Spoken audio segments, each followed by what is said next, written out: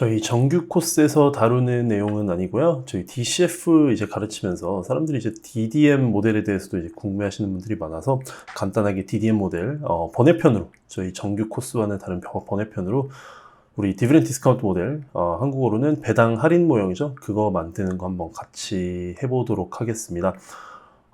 왜 정규 코스에 얘가 안 들어가 있냐면요. 솔직히 말씀드리면 우리 DDM 모델 같은 경우에는 실무적으로 쓰는 경우를 거의 제가 본 적이 없습니다. 물론 본 적이 아예 없는 건 아니에요. 본 적이 거의 없지만 그럼에도 불구하고 이게 유명한 이유는 우리가 DCF 밸류에이션이 애초에 파생된 게 이제 DDM 모델에서 파생된 거기 때문에, 그러니까 사람들이 이제 처음에 DDM으로 먼저 주식을 어떻게 가치평가할 수 있을까 DDM으로 먼저 고민을 하다가 그걸 이제 조금 발전시킨 게 DCF 모형이기 때문에 여러 가지 뭐 책에서 아니면 수업에서 CFA를 공부하시든 AICP를 공부하시든 무슨 공부를 하시든 이 배당 할인 모형은 여기저기서 많이 언급이 되기 때문에 굉장히 유명한 그런 이론이 되겠습니다. 그래서 아예 안 쓰는 건 아니기 때문에, 그리고 우리 DCF랑 사실 거의 밀접하기 때문에 일단 한번 다루는 세션을 가져보도록 할 거고요. 얼마 전에 제가 모 회사의 모델링 테스트 문제를 본 적이 있는데 또 뜬금없이 모델링 테스트 DDM이 나왔더라고요. 그래서 한 번쯤 다뤄보면 괜찮겠다 싶어가지고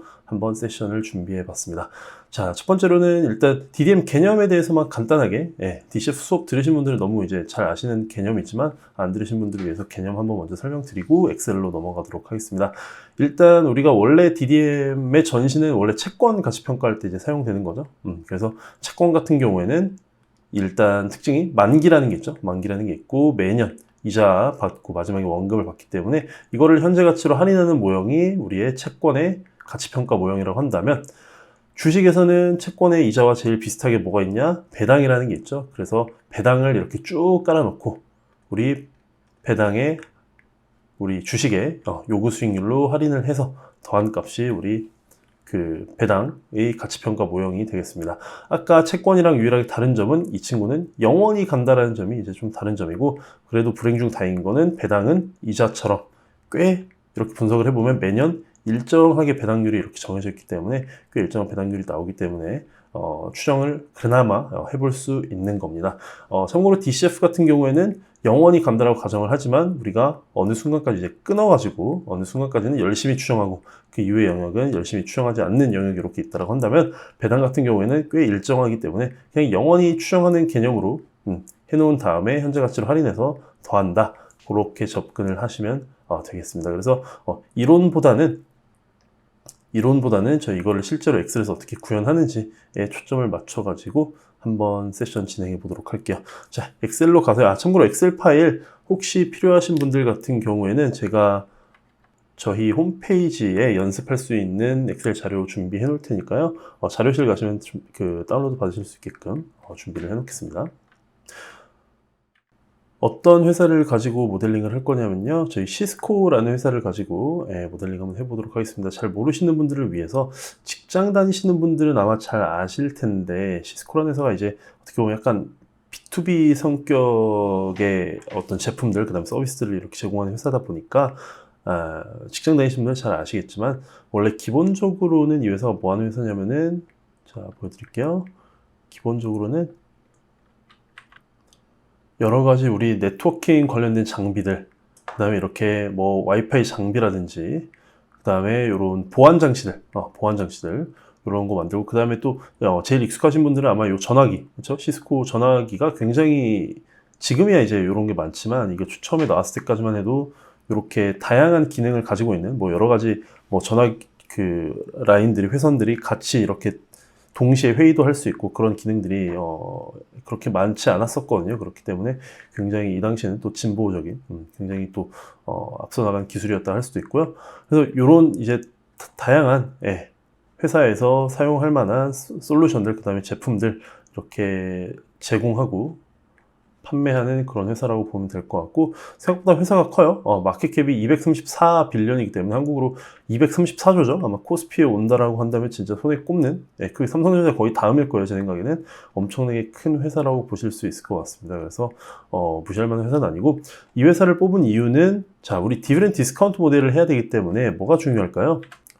과연 이 회사가 배당을 주느냐가 그 다음에 준다면 얼마나 일정하게 주고 있느냐, 그게 이제 가장 중요한 키 포인트가 될 거예요. 그래서 우리가 이 디비덴드 디스카운트 모델을 우리 시스코라는 회사가 굉장히 생각보다 배당을 일정하게 주고 있거든요. 참고로 이 자료는 우리 코이핀이라는 어플에서 배당 이렇게 주는 것들을 정리한 자료예요. 그래서 뭐 저희가 처음에 뭐 코카콜라로도 해보고 월마트로도 해보고 배당 주는 다양한 회사들로 이렇게 저렇게 해봤는데 시스코가 좀 그래도 일정하게 나와서 저희 수업할 때 적절한 것 같아가지고 일단 가지고 왔습니다. 자, 포맷 자체는 지금 보시면 우리 DCF 할 때 포맷이랑 굉장히 비슷하고, 색깔만 제가 이 시스코 색깔에 맞춰가지고 하늘색으로 이렇게 예쁘게 만들어 놓은 그런 상황입니다. 포맷은 DCF랑 동일한 상태에서, 자, 원래대로는 우리 DCF에서는 뭐 해줬었냐? 여기다가 프리 캐시플로우, 잉여 현금 흐름을 여기다 쭉 나래비를 세워놓고 계산을 해줬다라면, 이번에는 프리 캐시플로우가 아니죠. 배당을 할인하는 거기 때문에 우리 디비덴드, 그냥 디비덴드 해도 되고 디비덴드 퍼 쉐어, 그래서 바로 주당 배당, 그래서 주당 배당액을 쭉 히스토리컬이랑 포캐스트를 만들어 주도록 하겠습니다. 자, 디비덴드 퍼 쉐어를 어디서 가져올 수 있냐? 우리 로 데이터에서 이제 가져올 수 있는데요. 이제 문제는 뭐냐면은 디비덴드를 이 회사가 1년에 몇 번 주나요? 1년에 보시면은 디비덴드를 총 1년에 4번씩 이렇게 분기에 한 번씩 주는 그런 모양새입니다. 그렇기 때문에 이제 가져오실 때 더해가지고, 뭔가 더해가지고 가져와야겠죠? 자, 어떻게 가져올 수 있냐? 제가 오른쪽에다가 이런 걸, 우리 sum if 함수를 쓰기 위해서 오른쪽에 간단하게 우리 이어 해놓고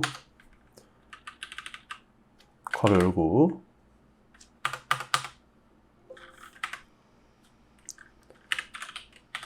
괄호 열고, 자, 어느 날짜를 써야 될까요? announce, 발표한 날짜가 있고, 뭔가 이제 그 명부에 배당을 주는 컷오프 데이시 있고요. 그렇죠? 실제로 배당을 주는 날짜가 있죠. 세 개 중에서 우리 어쨌든 투자자 입장에서는 뭐가 제일 중요하냐? 실제로 받는 날짜가 제일 중요할 것 같아요. 그래서 이 함수 쓰신 다음에, 이 함수 쓴 다음에 탭키 괄호 열어서 우리 요 payable date, 요 숫자를 가지고 오는 방식으로 한번 밑으로 쭉 내려줄게요. 자, 쭉 내려주고, 자, 그 다음에 우리 여기에 sum if 함수 잘 아시죠? sum if 함수 이용해가지고 배당을 같은 연도 것끼리 더해가지고 가지고 오도록 하겠습니다. 자, sum ifs 한 다음에 이쪽에 와서 만약에 더해라. 자, 이게 배당금이죠? 이게 배당금이기 때문에 요 레인지에서 이거는 F4로 걸어줘야겠죠? 안 움직이게끔 F4로 걸어주고, 크라이테리아 레인지는 어디 찾을 거냐? 여기가 크라이테리아 레인지, 이것도 마찬가지로 F4, 뭘 찾을 거냐? 바로 위에 있는 2016 요 친구를 이제 찾을 건데, 오른쪽으로 얘는 계속 밀려도 되니까 고정은 따로 안 시켜주고 바로 엔터 눌러주고, 자, 달러, 우리 센트까지 개념이기 때문에 소수 좀 하나 늘려서 0.99센트를 2016년에 줬거나, 이걸 이제 알 수가 있는 겁니다. 오른쪽으로 2022년까지 히스토리컬 밀어주시고, 자, 그 다음에 우리 뭐 해야 되냐면은 뭔가 큰 어썸션을 하나 만들어야 돼요. 이 이후에는 그러면 이게 도대체 어떻게 갈 것인가, 그거를 이제 가정치를 우리 마치 터미널 그로스 레이트 만들듯이 하나의 어썸션을 만들어 주도록 할게요. 요거 하나 이렇게 포맷 또 예쁘게 하나 복사해서 assumptions 이렇게 만들어 주고, 선 없애버릴까요? 첫 번째로는 우리 나중에 쓸 거긴 한데 밸류에이션 데이트 넣을 수 있는 칸 하나 만들어 주고요. 그 다음에 디비덴드 그로스. 그래서 자, 이 친구는 노란색이 돼야겠죠? 노란색. 우리 늘 그렇듯 점선도 하나 이렇게 넣어 주시고, 자, 디비덴드 그로스 같은 경우에는 뭐 사실은 이제 뭔가 히스토리컬 그로스를 분석해 가지고 해주면 되게 좋겠죠. 그래서 지금 우리 7개년도 있으니까 사실 7년도 레이트 함수도 써보고 6개년도도 써보고 5개년도 써보고 여러 가지로 해볼 수 있겠지만 저는 일단은 3개년도 디펜시브 크로스 정도 한번 해볼게요. 3개년도. 사실 여기서 이제 되게 많은 고민들이 실무적으로 만약에 이걸 진짜로 사용한다면 여기서 엄청나게 많은 고민들이 있을 거고 그 고민에 따라서 결과값이 굉장히 많이 바뀔 거기 때문에 이따 우리 볼게요. 센시티비티 봐서. 근데 그럴 거기 때문에 이게 한계가 있는 모델이기도 한데 아무튼 과거 3개년도의 레이트 함수 이용해서 자 이렇게 해서 저 하나 둘 세 번 가는 거 맞죠? 네. 이렇게 해서 우리 3% 정도 네, 디비den드가 성장하게끔 쭉 깔아줄게요. 1 플러스 3%도 쭉 성장하게끔 만들어 줄게요. 자, 그럼 이거는 철저하게 현금 흐름의 미래 가치죠. 배당의 이제 미래 가치가 되는 거고 지금부터 할 일은 이거 할인만 해주면 됩니다. 우리 어떻게 보면 DCF보다 훨씬 간단하죠. 문제가 훨씬 더 간단하다고 할 수 있을 것 같아요. 자, 여기서 이제 할인할 때 우리가 이번에는 조금 한 단계 더 진보된 기술을 한번 써볼게요. 뭐 할 거냐면 그 프리 캐시플로우 같은 경우에는 사실 어느 시점에 받는다, 현금이 어느 시점에 생긴다 하는 게 되게 모호하죠. 현금 흐름이라는 게 1년 동안에 거쳐서 발생하는 거기 때문에 굉장히 모호한데 디비den드 디스카운트 모델 배당 같은 경우에는 우리가 보통 받는 날짜가 이런 식으로 정해져 있죠. 이런 식으로 정해져 있기 때문에 사실 제일 좋은 방법은 이걸 우리가 지금 서머 입수로 가져올 게 아니라 그냥 얘를 연도로 고정시키는 게 아니라 그냥 분기별로 이렇게 쭉 깔아놓는 거예요.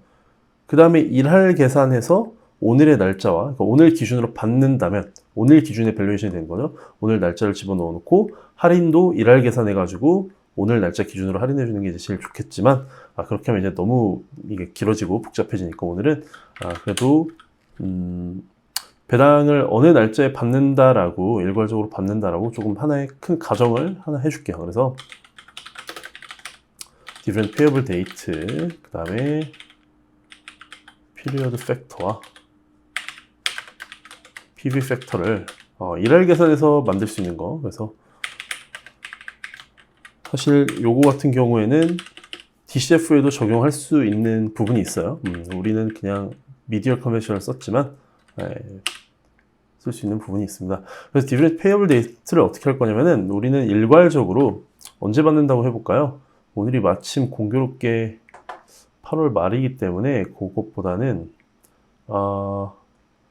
배당 어차피 거의 동일하게 받네요. 거의 1470 이렇게 받는 것 같네요. 매년 1470 이렇게 받으니까 가운데쯤으로 그냥 한번 해줄까요? 가운데쯤으로 1470 4와 7의 가운데면 며칠인가요? 4와 7의 가운데면 4월 5월 24일에 15일을 더한 뭐 6월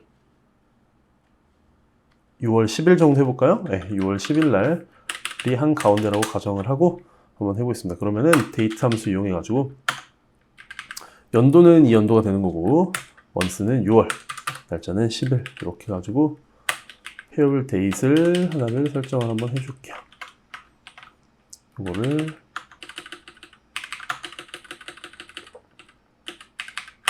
이렇게 한번 표현을 해주고 자, 근데 문제는 2023년 6월은 이미 지났기 때문에 얘는 이미 받은 게 돼버리네요. 이렇게 하니까. 그러면은, 요거는 우리 할인해서 요 친구는 이제 제외가 되는 사태가 발생을 하겠네요. 그러면은 요거를 우리가 하나 더 밀어준 다음에 여기까지가 히스토리컬. 그렇죠? 여기까지가 히스토리컬. 여기부터 포캐스트 1년치 늘려줄게요. 1년치를 포캐스트를 늘려주고 자, 그 다음에 여기 밑에 period 팩터는 어떻게 만들어주면 될까요? 자, 일단은 요 날짜가 있어야겠죠? 네, 요 날짜 today 함수 이용해가지고 오늘 날짜 오늘 날짜를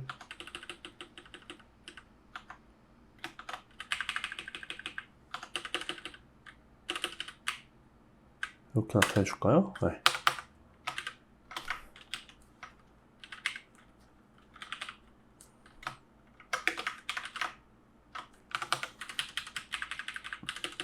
다음에 할인율도 만들어줘야겠네요. 할인율도 간단하게 cost of equity를 써야겠죠. 이번에는 웩이 아니라 cost of equity. 이번에 몇 프로? 한 7% 정도 한번 줘볼게요. 이거 그냥 7% 넣은 게 아니고 저희가 리서치를 좀 했더니 cost of equity 7% 정도 썼던 것 같아요. 다른 회사들 이렇게 봤을 때. 그래서 7% 일단 써봤고요. 이렇게 쓸 때 우리 여기 period factor는 그러면은 자 9월 1일에서 내년 그 2024년 6월이잖아요. 그러면은 얼만큼 할인을 해야 되냐면은 9월, 10월, 11월, 12월 할인하고 그 다음에 1, 2, 3, 4, 5, 6월에 24일까지. 그러니까 즉 9.8개월 정도 막 이렇게 해야 되는 거잖아요. 자, 식으로 어떻게 만들 수 있을까요? 식으로는 자, 일할 계산하는 거잖아요. 일할 계산. 식으로는 equal 자, 괄호 열어준 다음에 여기서 요거를 빼면 자, 여기다 F4 걸어줄게요. 여기서 요거를 빼면 일수가 나오겠죠? 며칠인지 일수가 나올 거고 이거를 일수를 365로 나눠줄게요.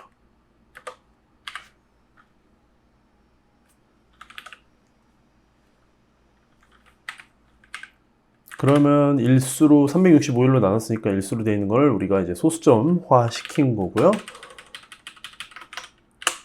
연화 시킨 거죠. 연율화 시킨 거죠. 그래서 0.775만큼 가는 거고 여기는 1.775만큼 할인되는 거고 이런 식으로 요만큼씩 이제 할인이 되는 겁니다. 정말 일할 기준으로 그렇죠. 일 기준으로 정밀하게 할인되게끔 이렇게 만들어 준 거고요. 그렇죠. 요게 그러면은 우리 period factor가 되는 거고 그러면은 우리 PV 팩터 요걸 이제 할인을 해주는 거죠. 우리가 여기서 이제 뭘 궁금하냐 이 배당에 자 뭐가 궁금한 거냐 디비덴드에 현재 가치로 이제 할인을 해주는 거죠. 그럼 원래대로라면은 이 친구를 나누기 그렇죠? 1 플러스 equity의 요 승수로 그렇죠? 해주는 거지만 우리는 DCFS로 그랬지만 투스텝으로 만들어주는 거죠. 자, PV 팩터 어떻게 해주면 될까요? PV 팩터는 1 나누기 괄호 열고 1 나누기 괄호 열고 1 플러스 cost of equity에다가 F4 걸어주시고 승수 바로 위에 거 요거죠? 밀어준 다음에 소수점 하나 늘려주시고 그러면 우리 여기에 PV 팩터 곱한 게 배당의 현재 가치가 되겠습니다. 그렇죠? 그러면은 10년 뒤는 뭐 2.1의 배당을 받더라도 이 배당의 가치가 이제 1.08밖에 안 되는 거죠. 그러니까 배당의 현재 가치가 이제 점점점 쭉쭉쭉 떨어지는 모습이 될 거고 이게 언젠가 이제 0에 수렴하면 그게 언젠가 0에 수렴하면 이제 드디어 그 썸을 때리면은 우리가 이 한 주의 가치를 구할 수 있는 그 구조가 되겠습니다. 그러면 그냥 이제 여기서 밸류에이션만 해주면 됩니다. 밸류에이션 해서 너무 간단합니다. DCF를 이해하고 계신 분들은 지금 굉장히 간단하게 따라오고 계실 거고요. DCF 수업을 안 들으신 분들은 그냥 정말 그냥 이게 무슨 말인가 하고 이렇게 들어오시는 분들도 많이 있을 것 같아요. 그래서 자, 투 파트로 그래도 우리는 이 모델은 만든 거죠. 그래서 present value of cumulative dividends 파트 2는 present value of terminal value DCF랑 동일하게 해줄게요. 그 다음에 터미널 밸류. 그래서 들여쓰기. 자, 이 친구는 equal sum 해서 이 용역에 sum이 되는 거고. 기울여 줄까요? 그 다음에 터미널 밸류 같은 경우에는 우리 늘 그렇듯 equal 자, 오리지널 괄호 열고 분자는 오리지널 디비덴드 곱하기 괄호 열고 1 플러스 성장률 분모에다가는 원래는 웩 빼기 G지만 지금의 케이스에서는 cost of equity 빼기 G 해서 분모도 만들어주고 요거는 10년 뒤 시점에서 본 가치이기 때문에 10년치만큼 현가계수를 한 번 더 할인해 주면은 우리 한 주당 가치가 이런 식으로 계산돼서 나오는 거죠. DCF랑 동일합니다. 우리 DCF랑 했던 거랑 지금 유일하게 달라진 건 여기에 뭐가 들어가냐? 웩 대신에 코스트 에퀴티 쓴 거, 그 다음에 우리 이게 일할 계산해 주게끔 이렇게 한 거, 그것만 다르지 사실 딴 거는 지금 동일하게 진행이 되고 있습니다. 그럼 우리 뭐랑 비교해줘요? 커런트 프라이스랑 비교를 해주는 거고, 업사이드도 하나 만들어서 지금 주가랑 DDM으로 했을 때의 가치랑 얼마나 차이 나는지도 한번 마지막으로 보고 마무리하도록 하겠습니다. 지금 주가 얼마입니까? 지금 주가 오늘 기준으로 57.40이네요. 이거는 우리 파란색으로 표시해줄게요.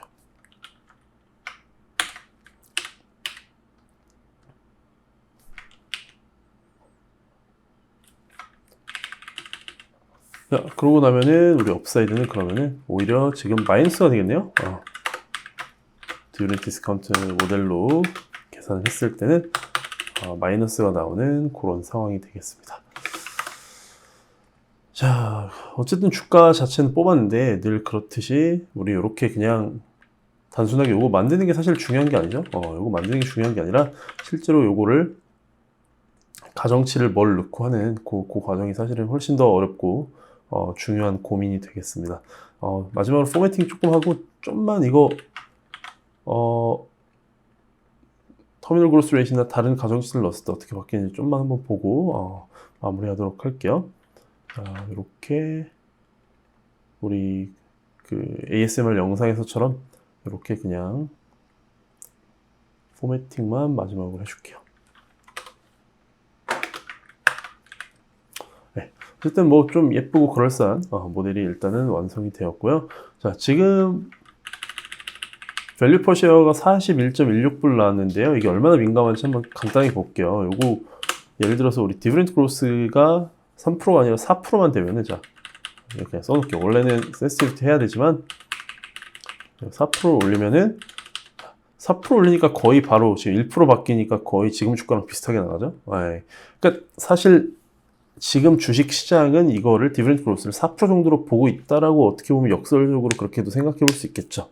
물론 배당만 가지고 이 주가가 움직이는 건 아니지만 만약에 이 모델 기준으로 봤을 때는 역설적으로 사람들이 주식시장이 디비던드 그로스를 4% 정도로 보고 있는 거예요. 뭐 그거는 뭐 이 디비던드 그로스는 다시 생각해 보면 우리 EPS 그로스와 그 다음에 페이아웃 레이시오의 조합으로 이제 나오는 거니까 그 두 가지를 4% 정도로 조합했을 때 앞으로 나올 거다 이렇게 보고 있는 거죠, 사람들이.